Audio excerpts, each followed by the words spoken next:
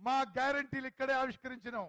అదే విధంగా జాతీయ స్థాయిలో కాంగ్రెస్ మేనిఫెస్టో, జాతీయ స్థాయిలో కాంగ్రెస్ గ్యారంటీలని ఈ పార్లమెంట్ ఎన్నికల ముందు మీ అందరి ముందు ఆవిష్కరించబోతున్నాను.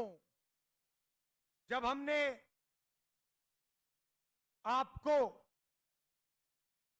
गारंटीज दी थी, उन्हें हमने कांग्रेस पार्टी की गारंटी जरूर कहा था, मगर सचमुच में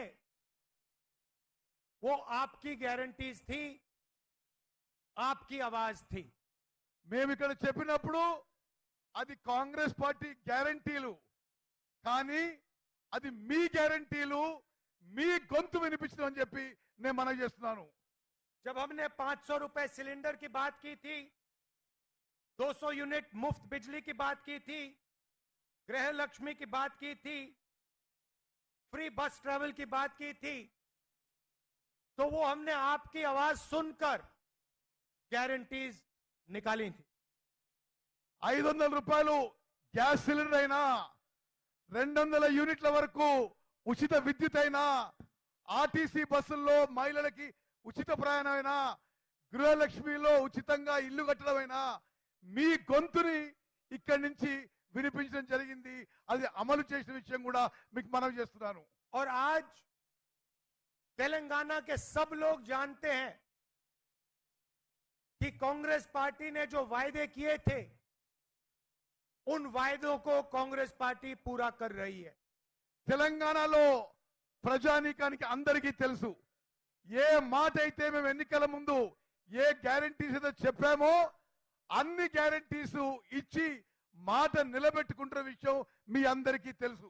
हिंदुस्तान में 40 साल से सबसे ज्यादा बेरोजगारी है, मगर तेलंगाना में तेलंगाना की सरकार ने 30,000 लोगों को सरकारी नौकरी दी है और कुछ ही समय में 50,000 और लोगों को सरकारी नौकरी मिलने जा रही है. మొత్తం భారతదేశంలో నిరుద్యోగ సమస్య చాలా తీవ్రంగా ఉన్న ఈ సమయంలో మన తెలంగాణ ప్రభుత్వం 30,000 ఉద్యోగాలు ఆల్రెడీ ఇచ్చింది, మరో 50,000 ఉద్యోగాలు కూడా ఇవ్వబోతున్న విషయం నేను మనం చేస్తున్నాను. तो जैसा हमने तेलंगाना के साथ किया, वैसा ही हमने अपने मैनिफेस्टो के साथ किया. ఏ విధంగా అయితే తెలంగాణలో మాట ఇచ్చి నిలబెట్టుకున్నామో అదే విధంగా జాతీయ స్థాయి మేనిఫెస్టోలో కూడా నిలబెట్టుకోబోతుందని చెప్పి నేను మనం చేస్తున్నాను. ये जो मैनिफेस्टो है,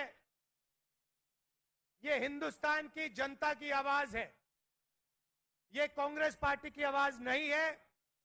आपके दिल में जो था, लाखों लोगों के दिल में जो था, उसे कांग्रेस पार्टी ने सुना और उसे हमने मैनिफेस्टो में डाला.